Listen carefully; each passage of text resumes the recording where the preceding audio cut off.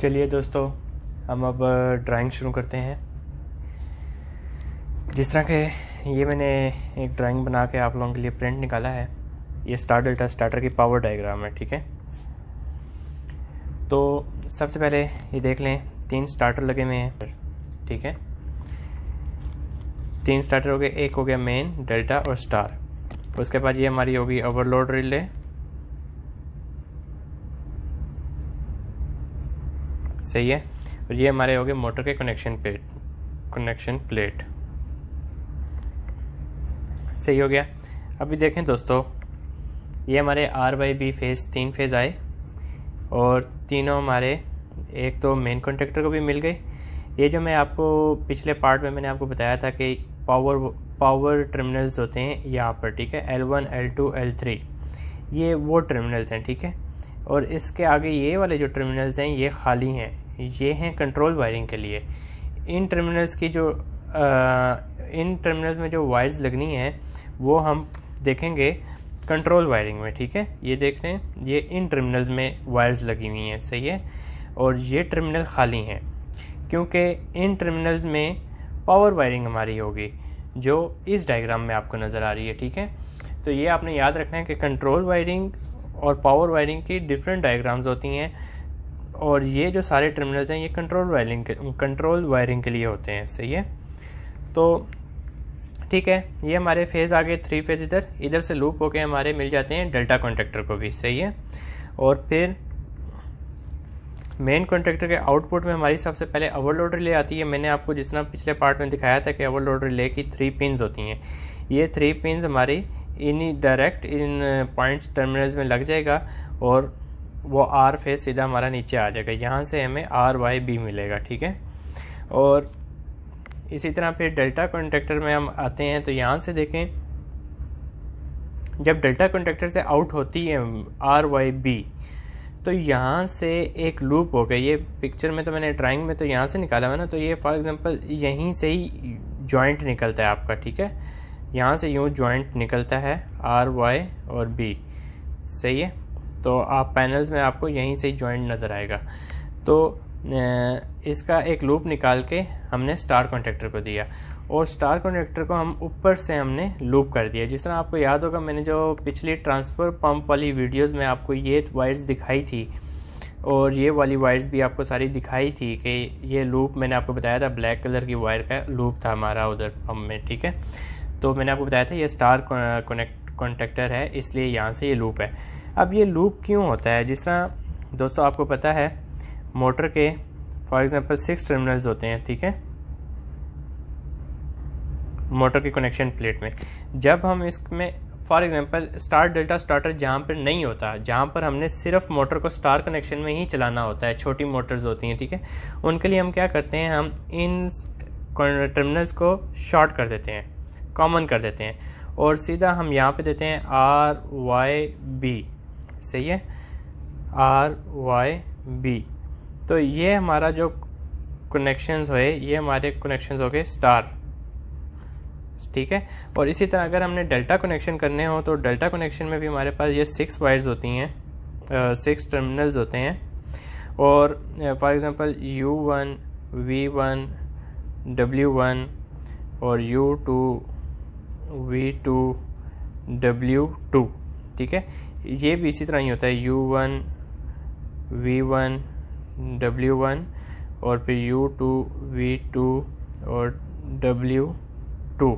ठीक है, ये जो मोटर के टर्मिनल्स हैं 6, इसमें डेल्टा कनेक्शंस में हम क्या करते हैं, अब फॉर एग्जांपल हमारा इधर आ रहा है R, इधर आ रहा है Y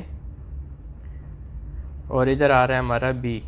आपको मोटर के ऊपर कनेक्शन इसी तरह नज़र आता है कि ये हम यूं कॉमन कर देते हैं। ठीक है, यूं कॉमन कर देते हैं, बट सर ये इस तरह होता नहीं है एक्चुअली।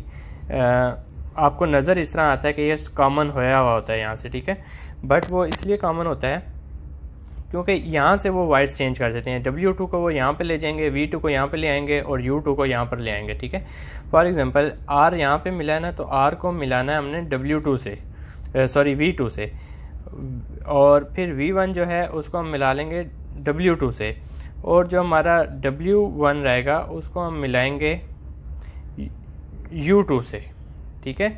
अभी यही चीज़ अगर आप इधर देखेंगे, देखें R फेज़ हमारा एक तो आ गया U1 में और दूसरा हमारा आ गया V में, ठीक है।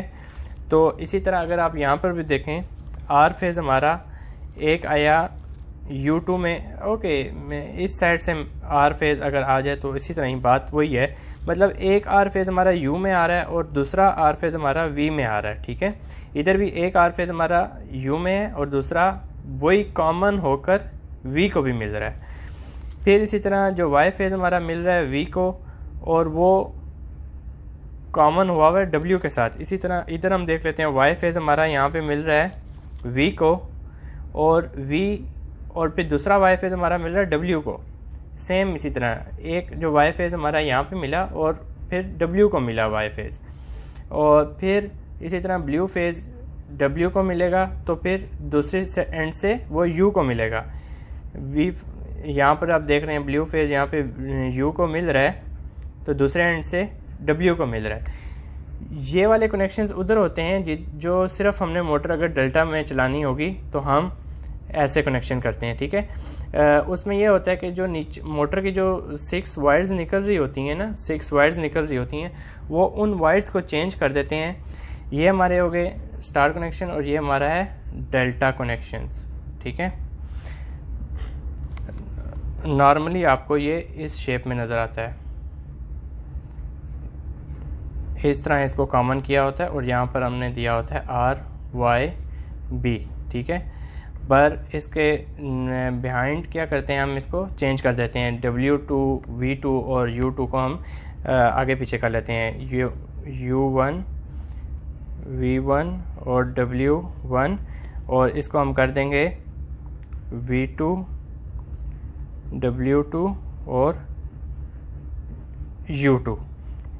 ये हम नीचे से जो वायर्स आएंगी उसको चेंज करके हम आगे पीछे करके तो स्ट्रिप सीधी सीधी लगा देंगे और वो कॉमन कर देते हैं हम कनेक्शन प्लेट में, सही है।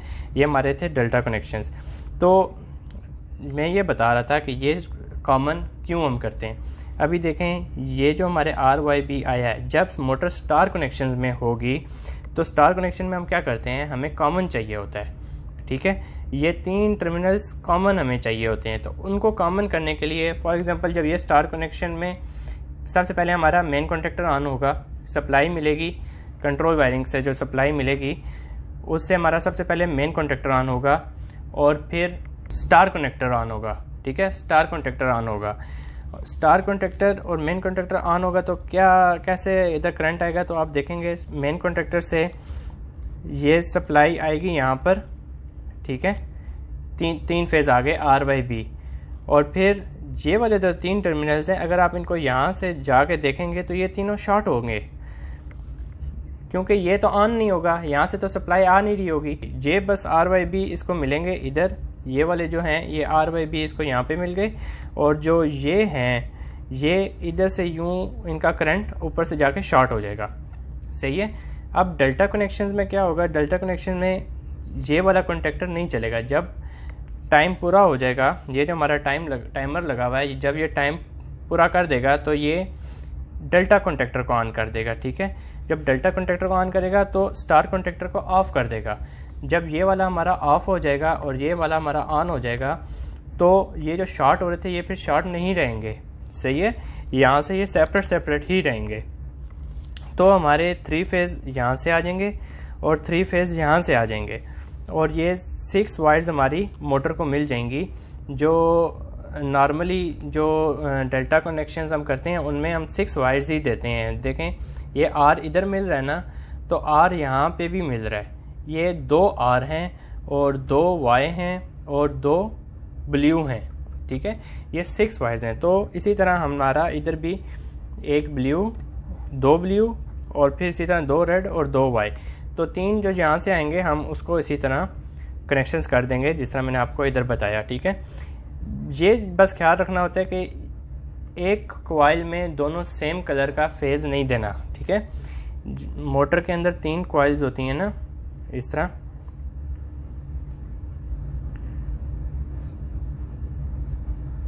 ये हमारे पास 3 कॉइल्स हो गई, सही है।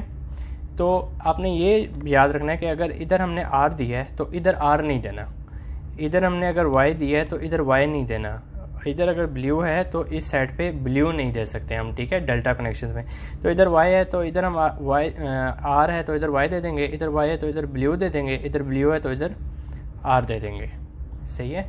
यही चीज़ हमने यहाँ पे की है। तो दोस्तों ये तो बहुत सिंपल सी थी पावर वायरिंग, इसमें कुछ इतना क्रिटिकल नहीं है। ओके, अभी हम देखते हैं इसकी कंट्रोल वायरिंग। ये हमारी सिंपल कंट्रोल वायरिंग है जो मैंने आपको समझाने के लिए बनाई है, और ये इसको कहते हैं SLD, सिंगल लाइन डायग्राम।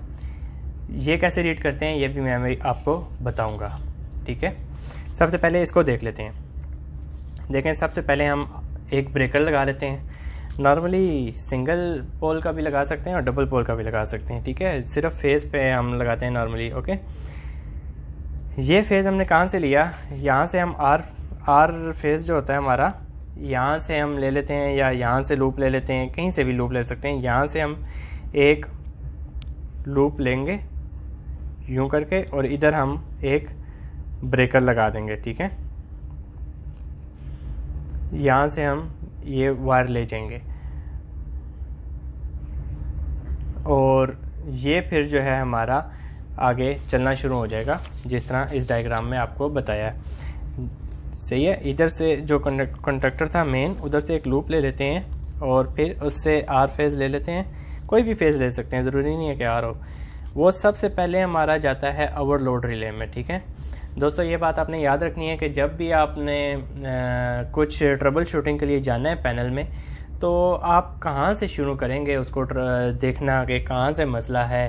तो आपने ये याद रखना है कि सबसे पहले जो कंट्रोल वायरिंग है वो हमारी ओवरलोड रिले में ही जाती है, सही है। तो सबसे पहले आप वायर को ओवरलोड रिले से टेस्ट कर सकते हैं कि कौन से ओवरलोड रिले में कौन सी वायर्स जा रही हैं, उनको आप ट्रेस कर सकते हैं कि कंट्रोल वायरिंग कहाँ से शुरू हुई आपकी, सही है।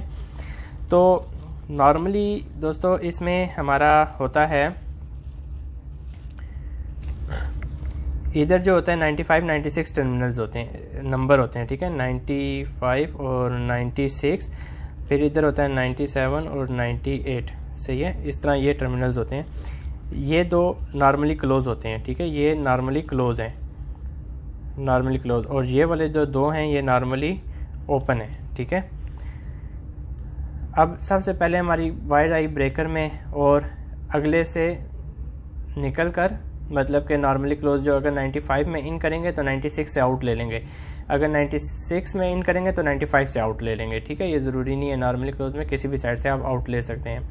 यहाँ से आउट लेकर हम सबसे पहले पुश बटन में देते हैं। दोस्तों साथ साथ ही हम SLD को भी लेकर चलते हैं, बाद में फिर मुश्किल हो जाएगा। ये देखें, ये हमने सबसे पहले MCB लगाया, उसके बाद ये सेफ्टी है, इसमें मतलब कि फ्यूज़ भी आप लगा सकते हैं, ठीक है, नहीं तो इसकी ज़रूरत नहीं है।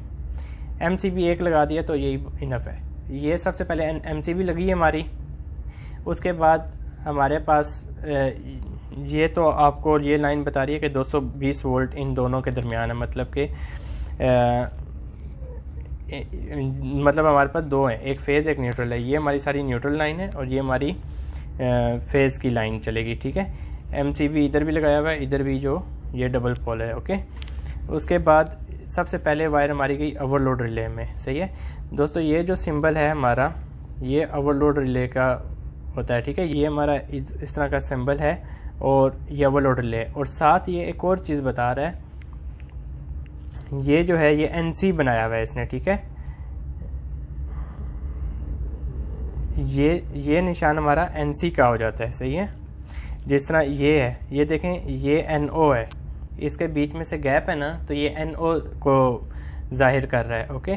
जो ये इस तरह के जुड़े हुए हैं, इसका मतलब है कि ये NC है, तो ये ओवरलोडर लेके NC में लगा हुआ है, ठीक है। इधर मैंने आपको बताया था ये NC में लगा हुआ है। उसके बाद ये वायर सीधा यहाँ से आउट होती है, हमारे नॉर्मली क्लोज में जाती है। ये जो रेड वाला बटन मैंने आपको पिछली वीडियो में सारा डिटेल से बताया था कि पुश बटन का जो रेड वाला होता है वो नॉर्मली ओपन होता है, सॉरी क्लोज होता है, मतलब यहाँ से वायर अंदर कनेक्शन इसका मेक है, करंट पास हो रहा है, ओके। तो ये सबसे पहले रेड पुश बटन में गई, और यहाँ से आउट होकर ये देख रहे हैं नॉर्मली क्लोज है। अगर तो ये ओपन होता तो उसका सिंबल ये है, ये देख रहे हैं बीच में कुछ गैप है, ये और ये इसके बीच में गैप है। तो अगर तो ये गैप है तो इसका मतलब है ये नॉर्मली ओपन है, और ये नॉर्मली ओपन है तो इसका मतलब है कि ये ग्रीन वाला है, ठीक है, ग्रीन पुश बटन। और ये सिंबल जो है ये पुश बटन का है, जिसमें ये एक प्लंजर सा हो और इस तरह का है, तो ये पुश बटन है, ठीक है। और ये जो नॉर्मली क्लोज वाला पुश बटन होता है वो हमेशा होता है रेड कलर, ओके, ये आपने याद रखना है। तो अब देख लें, रेड से पुश बटन से वायर हमारी आउट हुई और ग्रीन में इंटर हुई, ठीक है। ग्रीन से इंटर होकर सीधा हमारी वायर चली गई टाइमर में। ये देखें ये आउट हुई और एक वायर तो हमारी इन दोनों के बीच से निकल गई। वो हम यहाँ से लूप लेके यूँ लेके जा सकते हैं या यहाँ से भी लूप लेके यूँ लेके जा सकते हैं, ज़रूरी ऐसा नहीं है कि इधर वायर में जॉइंट मारा हुआ है। तो ये हमारी यहाँ से वायर हमने निकाल दी और इधर से जो आउट हो रही है एक, वो हमारी निकली और एक हमारी चली गई मेन कॉन्टेक्टर के A1 टर्मिनल में, ठीक है। फिर यहीं से A1 टर्मिनल से निकल के हमारी एक वायर गई टाइमर में, सही है, टाइमर के A1 टर्मिनल में गई। दोस्तों आगे जाने से पहले मैं आपको यहाँ पर एक छोटी सी होल्डिंग के बारे में बताता हूँ। होल्डिंग क्या होता है, ये देखें, ये जो पुश बटन है हमारे, ये तो जब हम प्रेस करेंगे,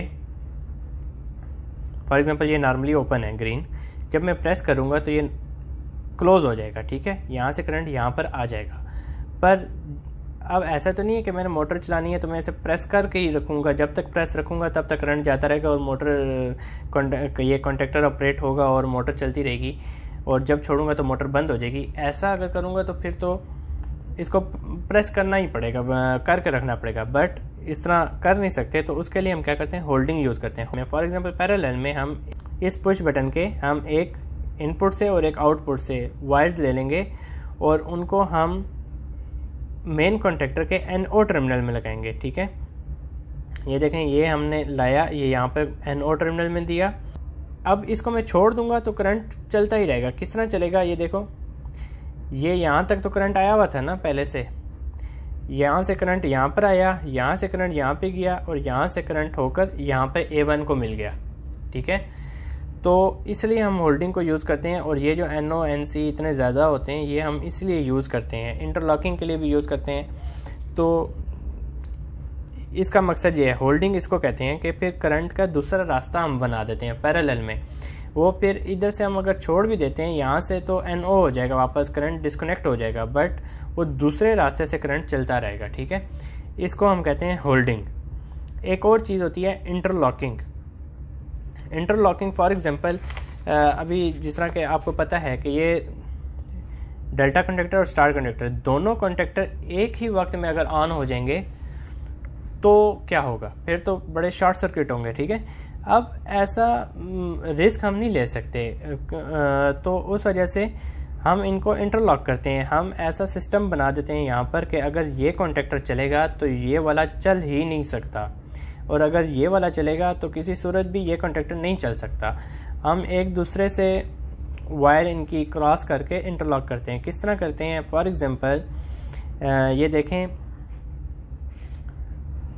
जब यहाँ से हमने एक लूप उठाया A1 से टाइमर को दिया, ठीक है, ये टाइमर को यहाँ पर हमने, ये A1 है इसका, ठीक है, इधर दिया और ये साथ इसका कॉमन टर्मिनल है, तो हमने यहीं से एक लूप उठाकर यहाँ पर हमने कॉमन टर्मिनल में दिया। और फिर ये इसका NO है और ये वाला जो इसका है NC है, यहाँ से करंट निकल रहा है।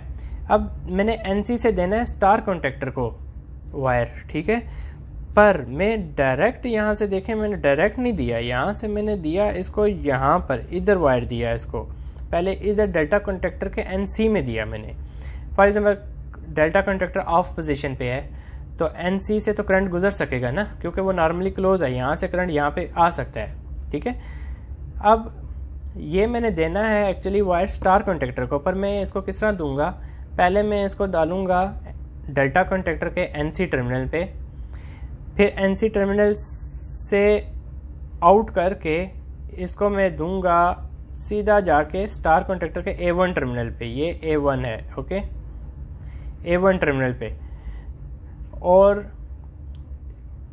फिर मिलेगा इसको A1, ठीक है। अभी क्या होगा, अगर तो डेल्टा कॉन्टैक्टर किसी भी वजह से अगर ऑन हो जाता है तो ये जो NC था ये NO हो जाएगा। जब ये NO हो जाएगा तो करंट पास ही नहीं होगा, और जब करंट फॉर एग्जांपल इसके ऑन होते हुए ये ऑन हो गया एकदम किसी भी वजह से, तो यहाँ से करंट तो ब्रेक हो जाएगा। जब यहाँ से करंट ब्रेक हो जाएगा तो ये ऑफ हो जाएगा, ठीक है। तो इसी वजह से हमने इसको इंटरलॉक किया होता है, इसको कहते हैं इंटरलॉकिंग, ठीक है। और इसको कहते हैं होल्डिंग, जो हम पुश बटन के साथ करते हैं, इसको हम इसके मेन कॉन्टैक्टर के NO से गुजारते हैं, ये होगी हमारी होल्डिंग। और ये इंटरलॉकिंग होगी, जो एक दूसरे से हम लॉक कर देते हैं इसको, कि अगर एक चलेगा तो दूसरा नहीं चलेगा, अगर दूसरा चलेगा तो ये वाला नहीं चलेगा, सही है। ओके दोस्तों, तो कहाँ तक हम, वीडियो काफ़ी लंबी हो रही है बट ये आप समझें, आपके लिए इतनी मेहनत की जा रही है ताकि बिल्कुल जिसको नहीं भी समझ ज़रा सी भी, उसको भी ये समझ आ जाए, इसलिए मैं बिल्कुल बेसिक से आपको समझा रहा हूँ। ये हमारा पुश बटन था स्टार्ट ग्रीन वाला, ठीक है, NO। इससे हमने होल्डिंग दे दी, ये मैंने आपको बताया। इससे पहले एक वायर ले लेते हैं, जो कि ये हमने लिया, ये एक पहले वायर ले ली और एक इसके बाद से आउटपुट से वायर ले ली, और हमने मेन कॉन्टैक्टर के NO टर्मिनल से इसको गुजारा, ठीक है। ये NO टर्मिनल था, यहाँ से इसको हमने गुजारा। उसके बाद ये वाली हमारी वायर आ गई सीधा टाइमर पे, ठीक है, टाइमर के NC पे, ठीक है। ये जो सप्लाई वाली वायर है ना, यहाँ पर ये शो हुई है ना यहाँ पर, ठीक है, और यहाँ से पर ये आगे चली जाती है। ये वाली वायर जो है यहाँ से आई, यहाँ पर ये इसको मिली A1 में, सही है। A1 से हमारी लूप हो रही है उसके कॉमन टर्मिनल पे, ठीक है। और फिर कॉमन टर्मिनल के NC से ये वाला, ये NC टर्मिनल से निकल, तो इधर से NC से निकाली वायर हमने डेल्टा कॉन्टैक्टर को दी, ठीक है, डेल्टा कॉन्टैक्टर के NC में दी। यहाँ से निकाल के हमने डेल्टा कॉन्टैक्टर के NC में दी। क्यों दी? क्योंकि इसके NC से हमने देना स्टार को था, पर ये हम होल्डिंग कर रहे हैं। इधर NC में दी हमने, फिर NC से आउट करके हमने स्टार कॉन्टैक्टर के A1 में दे दी, सही है। अब फिर टाइमर के NO से ये फिर अगला, ये तो स्टार कॉन्टैक्टर तक ले आए केबल, ठीक है, डेल्टा कॉन्टैक्टर के NC से होकर स्टार कॉन्टैक्टर तक आ गए। उसके बाद फिर क्या हमने किया, टाइमर से दोबारा हमने वायर एक ली NO टर्मिनल से, ये NO टर्मिनल से यहाँ से हमने वायर ली है। हमने ये वाली NO से वायर हमने देनी है डेल्टा कॉन्टैक्टर को, क्योंकि आपको पता है सबसे पहले मोटर स्टार्ट होगी, जब हम ऑन करेंगे तो मेन कॉन्टैक्टर ऑन होगा और स्टार कॉन्टैक्टर ऑन होगा, फिर टाइम चलेगा। जब टाइम पूरा हो जाएगा तब स्टार कॉन्टैक्टर हमारा बंद हो जाएगा और डेल्टा कॉन्टैक्टर हमारा ऑन हो जाएगा। तो उसके लिए हमने अब NO से जब टाइम पूरा हो जाएगा तो NO जो है हमारा वो NC हो जाएगा, और ये वाला NC हमारा NO हो जाएगा, ठीक है। तो ये हमारी सप्लाई NO से निकली, स्टार कॉन्टैक्टर के NC में गई। NC में क्यों गई यहाँ पर? क्योंकि होल्डिंग, इंटरलॉकिंग हम कर रहे हैं, सही है, ताकि अगर तो किसी भी वजह से बाद में स्टार्ट कॉन्टैक्टर ऑन हो जाता है तो ये NC जो है ये NO हो जाएगा और डेल्टा कॉन्टैक्टर को सप्लाई नहीं मिलेगी, डिस्कनेक्ट हो जाएगी और वो बंद हो जाएगा। तो इस वजह से इसे कहते हैं इंटरलॉकिंग। यहाँ से NC में आई, इधर से NC से आउट होके हमारे डेल्टा कॉन्टैक्टर के A1 में गई, ये A1 टर्मिनल है, ठीक है। इसी तरह यहाँ पे SLD में भी आपको शो हो रहा है कि टाइमर के NO में आई, NO से निकल गई, स्टार कॉन्टैक्टर के NC में गई जो ये था, और फिर डेल्टा कॉन्टैक्टर में चली गई जो ये है टर्मिनल, ठीक है, डेल्टा कॉन्टैक्टर के A1 टर्मिनल में आ गई। मैं आपको बताता चलूँ कि यहाँ पर ये जो हमारे पास थे NO टर्मिनल्स 98, 97, ठीक है। इसका हम क्या करते हैं, यहाँ से एक लूप उठाते हैं, यहाँ से एक लूप उठा के हम दे देते हैं 97 को। नॉर्मली ये इस डायग्राम में नहीं है, जस्ट आपको मैं बता रहा हूँ, 97 में दे देते हैं, ठीक है। और 98 से हम एक वायर निकालते हैं और हम एक इंडिकेटर को देते हैं। एक हमारा लैंप होता है, ठीक है, न्यूट्रल इसको डायरेक्ट मिल जाती है, न्यूट्रल इसको यहाँ से दे सकते हैं, कहीं से भी दे सकते हैं, ठीक है। ये है ट्रिपिंग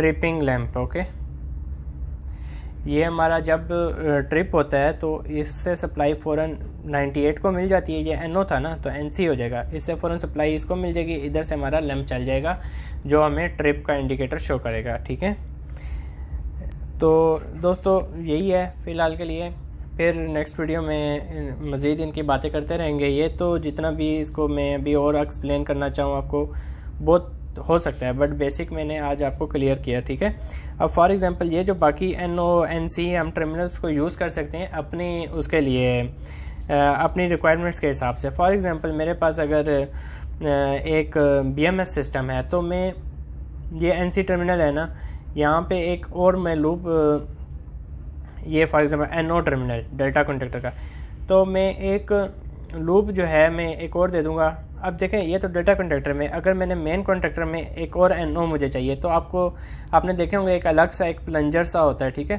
वो NO टर्मिनल होते हैं, वो इसके साथ इधर अटैच हो जाते हैं, फिर जब ये ऑपरेट होता है तो वो भी ऑपरेट होता है। एक और मैं NO ले लूँगा, एक्सिलरी पॉइंट्स इन्हें कहते हैं। ठीक है, तो मैं यहाँ से लूप करके इधर में दे दूँगा और यहाँ से जब मैं आउट करूँगा वो मैं फॉर एग्ज़ाम्पल BMS के लिए मैं एक सिग्नल की वायर एक भेज दूंगा। ठीक है, तो उससे क्या होगा, जब ये कॉन्टेक्टर ऑन होगा तो ये NC हो जाएगा और जब इसको सप्लाई मिलेगी तो ये BMS में सिग्नल दे देगा कि यार मोटर ऑन हो गई है। सही है, इस तरह मैं अपनी ज़रूरत के मुताबिक इधर एक्सिलरी पॉइंट्स और जोड़ के मैं और बहुत सारे जो है वो इनसे सिग्नल में ले सकता हूँ और अपने रिक्वायरमेंट्स के हिसाब से मैं इनको डिज़ाइन कर सकता हूँ। सही है, तो ठीक है दोस्तों, नेक्स्ट वीडियो में मिलेंगे, तब तक अपना ख्याल रखिएगा। ओके, अल्लाह हाफिज़।